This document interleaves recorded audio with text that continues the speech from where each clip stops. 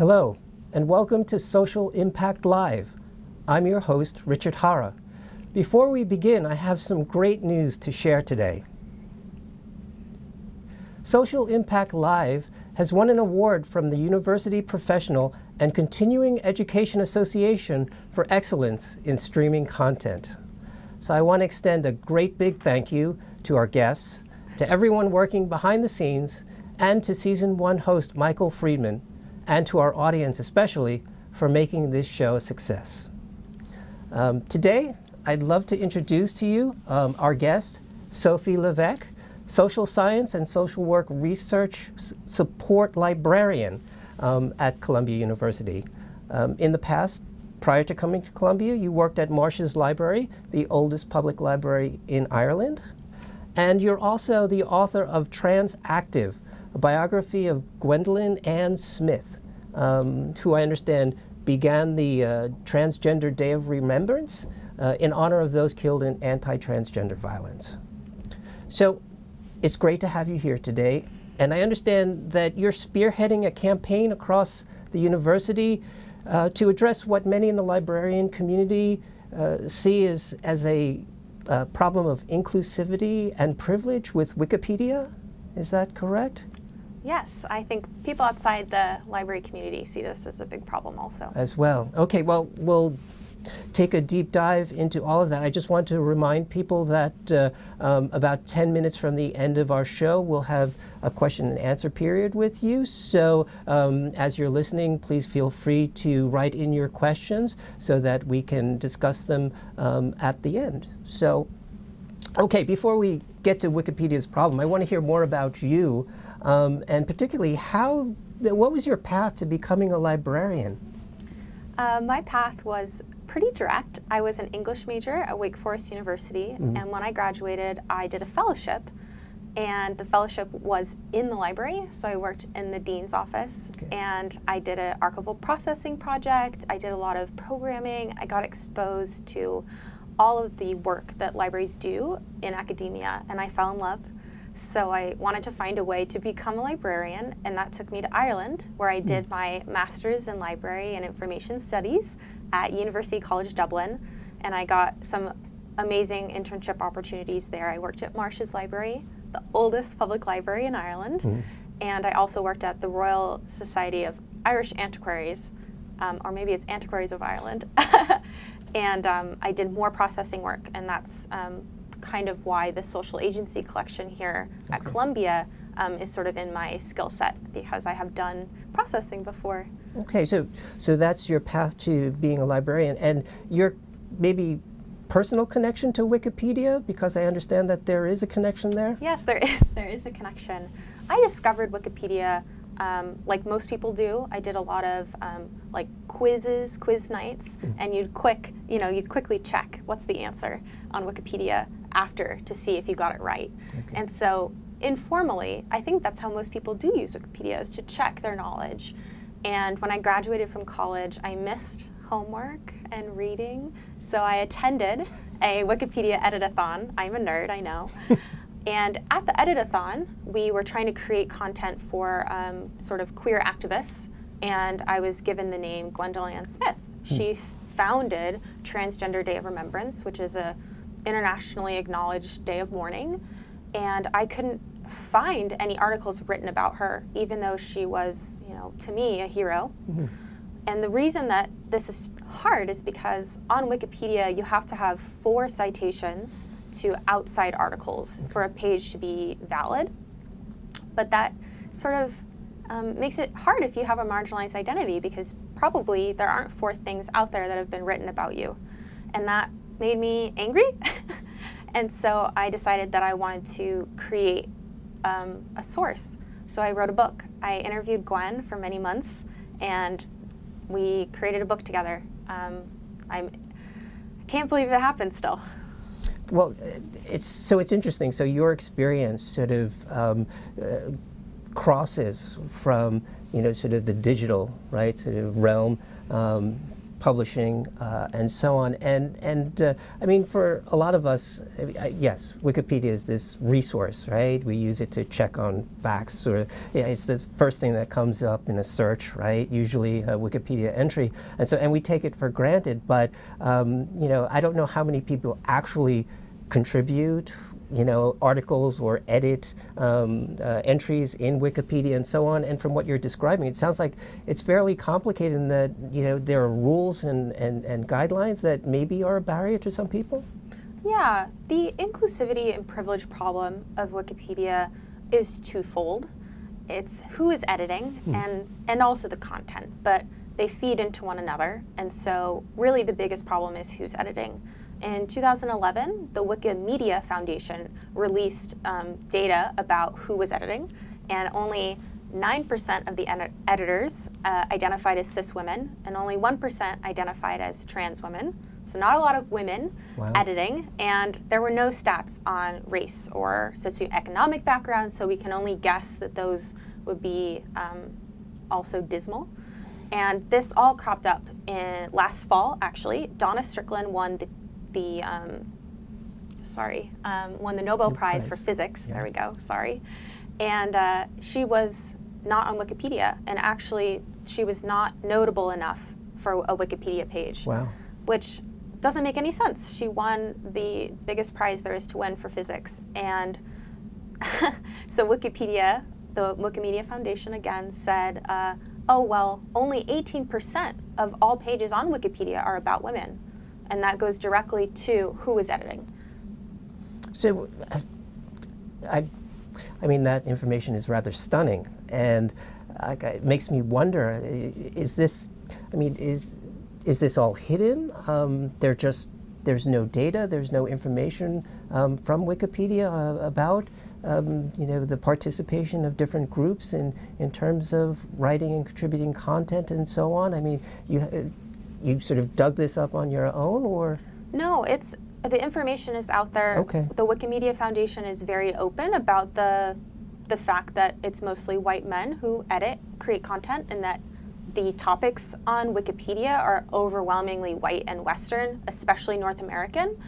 And it's just, I think that most people don't interrogate where their information is coming from. Mm-hmm. And that's part of what I do as a librarian at Columbia, is giving students the skills to interrogate their information and find what they need. Yeah, when I think about libraries, I think about these sort of stately rooms with oak paneling and, pictures of certain kinds of people on the wall, et cetera. But you don't have that on a on a website, right? It's kind of, again, you really have to sort of look behind the screen, literally, to sort of, or figuratively, to understand what the potential biases might be and so on. So, okay, so there is this problem, right, of inclusivity and privilege with Wikipedia, and maybe other sources of online information, reference materials and things like that. Can I generalize, or is that sort of taking it too far? You think this is specific to Wikipedia? No, it's definitely not. Okay. I think most things in Western culture are still dominated by men and whiteness, and unpacking that, everyone needs to do that work. And it trickles down in many ways in the academy with reference materials. The concept of peer review is a lot of times considered the gold standard in research, because your article was sent blindly to experts in the field, and they didn't know who wrote it, they offered critique, and then only after that is it published. But who are experts? Still in most things, it's white men. And also then, that's another structure that is creating the value of whiteness and Westernness in academia, even though it's so-called the gold standard. Okay, but isn't something like Wikipedia meant to address that kind of, it's open source, so to speak, or everybody can participate, it's supposed to be kind of egalitarian and so on, and how is it that it's just sort of, I guess, reproducing, these forms of inequality that are more generally out there? Yeah, it's a really great question, because it's sort of the chicken and the egg question. Is Wikipedia just reflecting inequity in the culture that already exists? Or is it creating more inequity with the sort of systems that in its openness it has? And some ways that we can think about this critically is that in Wikipedia, it has to be notable for a page to be live. And to be notable, you need those 4 citations to outside sources. And then the other thing is that notability is agreed upon. Wikipedia runs on consensus. And consensus, if everyone is the same kind of person, is actually not introducing us to anything new. So I think the most important thing about like our interaction today is that you're learning and our audience is learning that they can and should be editing Wikipedia, and that they are 100% qualified to add citations, to create new pages. The library is hosting a series this semester of editathons, and we had our first one a few weeks ago. We partnered with AfroCrowd, which is an organization in New York City, but also all over the world, that does work specifically to create pages for people of color, especially from the Caribbean. And it's super important work, and it's totally run by volunteers. And they just want to educate as many people as possible so that people are aware that it's a problem. So this is a grassroots movement. I mean, we don't have to wait for Wikipedia to go and fix the problem the same way we don't have to wait for Facebook and all these other, right? Yes. So you're organizing these kinds of events that can directly impact and hopefully address some of these issues of inclusivity and privilege. So can you tell me a little bit more about what Editathon, how did they get started? What do they look like? Yeah. Do you bring cupcakes? I mean, what? We love cupcakes. Okay. So first of all, I'm not doing anything alone. I have a fabulous team of librarians. Kimberly Springer from the Rare Book and Manuscript Library at Columbia for Oral History, Daryl Cuba, our very first Wikipedian in residence at Columbia, and Meredith Wisner, who is a Barnard librarian who has been doing editathons at Barnard for a few years, and she's sharing her expertise with us. And finally, Eamon Toole, who is also a Columbia librarian, is helping me. So all of the brains together are working to have editathons. So what is an editathon? Usually there's instruction on like why it matters, and then the help on creating an account, seeing how to use the tools inside the platform, and then like a lot of pet talks, because a lot of people think that they have to have a PhD to be able to edit Wikipedia, but you don't. You just have to be able to read and write. And I know everyone at Columbia can do that. And so we're having these editathons. The next one is actually in the School of Social Work. I hear something, sorry.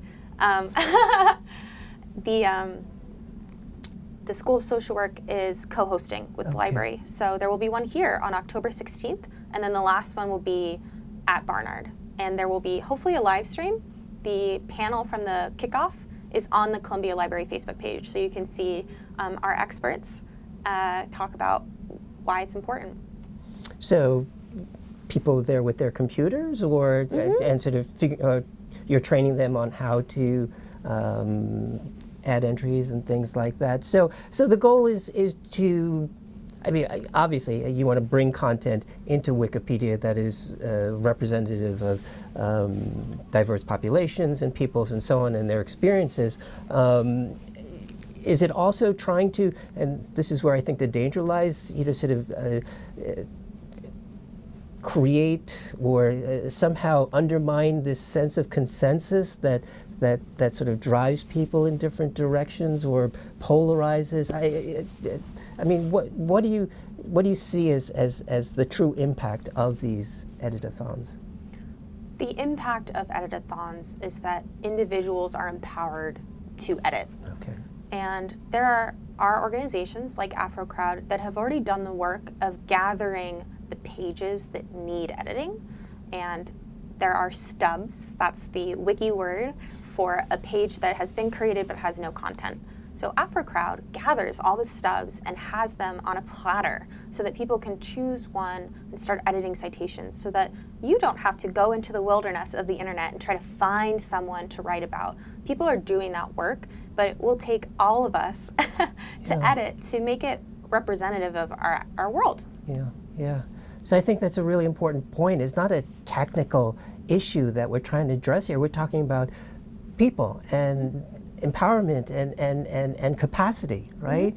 To go out and to have their voices heard, which is tremendous work, and not the kind of work that immediately leaps to mind when I think of librarians. So thank you. And I think it speaks to just again your role, right, here at a institution of higher learning. In a certain capacity, and how do you see the role of librarian and libraries more generally kind of evolving in the 21st century to, I think, almost play a more activist role in terms of how we manage information in our society? Yeah, so I think what you're talking about is what librarians refer to as information literacy. And information literacy is something librarians have always been doing because we always are working with patrons on how to find what really they're looking for. So it's not a new concern, but with the rise of fake news and so much being accessible on the internet, it's just sort of relevant in a new way. And there are new skills about, inquiring who wrote what you're reading. Are they in the academy or not? Neither is a bad thing. And librarians do love doing that. That's why we do this. But one thing that's really important, I think, about the editathons that are happening this semester is that they are open to the public. So we don't want the academy to be exclusive. We want to bring people in, let them use our materials, our resources, and that is a commitment on the library's behalf, which is, I'm really proud of that. Oh, that's great. So it's reaching out to the community. We're no longer the ivory tower, right? Hopefully. Well, or if we're working at dismantling that. Dismantling it, and so on. So again, it seems as if libraries and librarians are kind of responding to what's happening in society more generally. And again, it's about people, it's about empowerment, and so on. So in terms of our students and I guess instructors as well, what else can we do that would be helpful in this regard? To, and it's not a matter of sort of saying, oh, stay away from Wikipedia, and I kind of feel like, we discourage students from using Wikipedia when they write papers, and so on, but we need to, again, be more savvy consumers, right, of the information and sort of look at what the sources are like and so on. So, but what are some other ways that students and instructors, researchers, people here at Columbia and specifically at the School of Social Work might do to sort of do that? So it's a big question. Yeah, how can we at Columbia make Wikipedia better and make our world better? And I think that there are a couple of things. You can absolutely create a Wikipedia account and start looking around at the organizations like AfroCrowd that are already doing so much great work. How can you support them, whether it's through actually editing or whether it's through a donation? That's one avenue. And then I guess another great avenue would be to start maybe looking at information from somewhere different than you normally get it. I get a lot of news from Instagram, but I also now, in my capacity at Columbia, also get a lot more academic articles. So I like that I have a little bit of everything, and I think that makes me a better critic of what I'm reading. Okay. All right, well, I've got a lot of work to do then in terms of my digital literacy. Do you have a Wikipedia account? I don't have a Wikipedia account, you need so one. I do need one.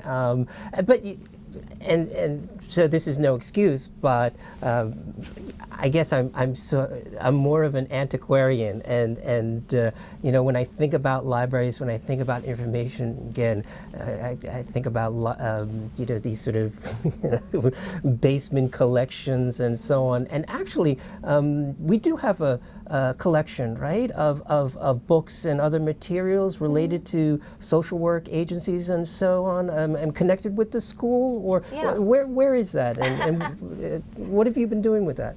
Yeah, the collection he's referring to is the Social Agency Collection. It is a lot of things that have to do with the School of Social Work at Columbia, and its root is it was all the materials that were at the Carnegie Mansion when the library for the school was there, not on campus, and it's got a lot of different kinds of materials in it. I have some things here. There's a lot of magazines. There's also a lot of old books and pamphlets and posters, and I even have some vinyl records that are actually recordings of lectures. Mm-hmm. So there's a lot going on. Wow, wow. So, and you've got something here, if you could share it, or? Sure. Oh, this is my book. Oh. No. Okay, so here I do have, this is the oldest thing I've found so far. It's from 1724, mm-hmm. and it's the original constitution of the Boston Episcopal Charitable Society. And it has handwritten edits in it, so you can see these here. Yeah. And the 1836. The annotations say they're from 1837 and 38, so that means that this was printed in 1724 and was kept for a long time, which is precious. Mm-hmm. And then the other thing I brought is this edition of the Crisis magazine, which is a lot newer. It's 1947, but the picture is like, very close to campus. And the Crisis was started by Du Bois, and this isn't an edition that he edited, but I'm hoping to find those in the basement of Lehman Library. But it's really, I don't know, it's amazing to see how much material has changed and also how the representation got better as time went on. And certainly its connection with social work, how social problems were framed, and mm-hmm. and what that sounded like to people working in the field, certainly, and what they were contributing, I think, to publications like this. I mean, I'm just looking at the front page here, and the Crisis and the masthead, and founded, I don't have my reading glasses, but it says a record of the darker races. It's interesting just to sort of look at what was covered and what was deemed important and so on, and hopefully we can learn from this aspect of American history and social work practice, to inform our practice today. So that's great. Are you working with anybody on either cataloging or trying to go through some of this, digitizing maybe, or anything? I don't know if we're going to be digitizing yet. Okay. It's a very long-term project. I'm starting with the government documents librarian at Columbia, Christina Williams, and we're trying to untangle government documents from the rest of the collection. So that's step one. Okay. And from there, then we'll have an idea of what's actually a government document, which she will then weed, that's the library word, get rid of the things we already have copies of, or try to rehome them. And then my stuff is a lot of ephemera, or they used to call it fugitive material. So it's a lot of paper things that will rot away or are already falling apart like this. You can see the front page is not attached. And that is going to take a lot of work, and I will need help, and I'm still planning for that step. Well, hopefully there's an enterprising PhD student or somebody who is interested in looking into these materials and working with you on that project. So wonderful, and hopefully we'll have an opportunity to hear some more about what's in that collection. Right now I'd like to turn to some questions that our audience has submitted. So let's see, first off, when you try to edit Wikipedia entries to be more inclusive, do your edits sometimes get rejected by the Uber editors? Can you appeal this? So what does that process look like?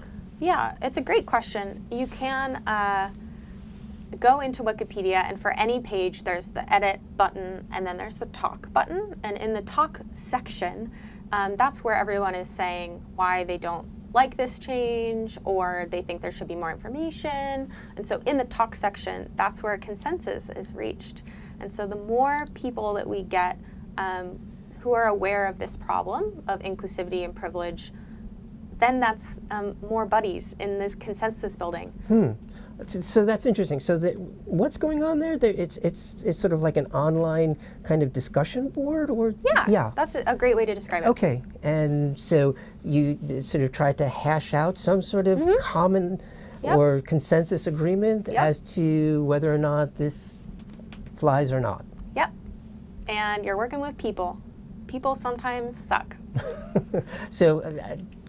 Yeah, or put in other terms, I mean, you have to sort of deal with more psychological aspects of that discussion, as of, people's emotions and so on, as opposed to a cut and dried, well, these are the facts, and we have to go by objective standards. No, it's more a rhetorical discussion.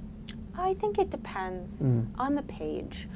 One thing that is important to keep in mind is that if you're writing about, say, the founder of Transgender Day of Remembrance, which is what I did, there weren't a lot of people who necessarily, the Uber editors didn't care about that page. It wasn't important to them. And so it was not contentious for me as an editor. But if you were to try to edit maybe Thomas Jefferson's page to add that he owned slaves, that might be more high profile and get more talk action. Okay. So it varies. I know that's not a simple answer, but. But is it just a matter of how many people are sort of promoting one argument, or I mean, how does the editors ultimately sort of take a look and sort of see the big picture? Hopefully. Yeah, hopefully. Okay. It's imperfect, but it's the most used reference website in the world, so it's kind of what we got, and it just turned 18 this year, so. It's time for it to be getting better. It's fascinating. I'd love to see how they're analyzing that whole, exchange, right? And if how that works. So, next question. I'd like to know how the hashtag Disrupt Wikipedia movement and the campus editathons can relate specifically to social work. That's a good question. Social work librarian? Yes. Yes. So social work students, I think, are all superheroes because they all believe that change can happen on a one-to-one basis with one person, and that change is important. And that is unique. That mindset is very much a gift. It really is what makes social work students superheroes. You'll go off and change the world one person at a time, but that's the same lens that we need for Wikipedia and its editing. And one edit makes a difference. One new page makes a difference. Because when people are looking up Gwendolyn Ann Smith, the founder of Transgender Day of Remembrance, now there's something there. Whereas before, there was nothing. And you might think she didn't really exist, or maybe that Transgender Day of Remembrance wasn't important. And so we are validating people's identities through the content on the reference website. Okay, wonderful. Another question we've got. Do librarians see Wikipedia as competition? Is there a trend for students to rely on it instead of consulting them? Are they worried about that trend? So what's your relationship to Wikipedia, and is it, Oh, I don't think libraries or universities are concerned about Wikipedia, because even if you use it as a source, you're still having to go to those individual citations and pull up the articles. And I think that's great. There is no right or wrong way to do research. It is an art, not a science. And everyone has different rabbit holes for how they find what they're looking for. So go to Wikipedia and also edit it. Okay. Yeah, and again, there's sort of the wisdom of the crowd, right? And pulling people from all over, right, to contribute and so on. But is there an issue in terms of people don't get credit, right, for contributing? It's anonymous, and it's as anonymous as you want it to be. How does that work? When you create an account, you can create a bio. So my bio says Columbia University Social Science Librarian. But other people don't want to put any information, and that is also okay. Okay. That's part of, I guess, the freedom and openness of Wikipedia as well, is that you can be someone or no one. So your bio as a contributor is private, or is it accessible to Everyone people, can look. everybody could look, and they can see. So okay, so there is that kind of level of transparency then about the sources, right? Sure. In Wikipedia. Or people can see what I've been editing and know that as a librarian, I have some knowledge of how to find things about many kinds of disciplines, whereas maybe other people have niche interests and expertise. Okay. All right. Well, all right. So it's not as if people are sort of anonymously posting things and not being accountable for the content and so on. So that's another point that I wasn't aware of. So thank you. I'm getting an education today. Good. In Wikipedia. So last question. In addition to wiki editors being mostly white and male, you said that they are also mostly from North America. Is there a movement to get more editors outside North America, particularly in the global South? Yeah, that's a really great question because Wikipedia editing is very international. Wikimania this year was in Sweden. It was in Sweden, so that is not here. And I do think that I am not sure about how many editors are from the global South, but one thing I'm very conscious of is that at Columbia University, we have students from all over the world. So if I can educate as many people as possible while they're here about Wikipedia and about their own expertise as a student, then they can take those skills with them wherever they go. And the more we talk about it, the more we talk about the fact that we use Wikipedia for information and that information is biased and flawed, that is success for me, is if we just start educating everyone about the problems. Well, I think there are a million more questions that I could ask. In fact, they're just sort of sitting at the tip of my tongue here, but I think we've come to the end of our time today. I'd like to thank you again, Sophie Leveque, for joining us here today at Social Impact Live. Next week, just to put in a plug, we'll have Columbia School of Social Work faculty members Courtney Cogburn and Desmond Patton to discuss why they decided to create a new minor at the school that brings together social work, technology, and media. So I'm looking forward to see you all then, and thank you. Have a great day.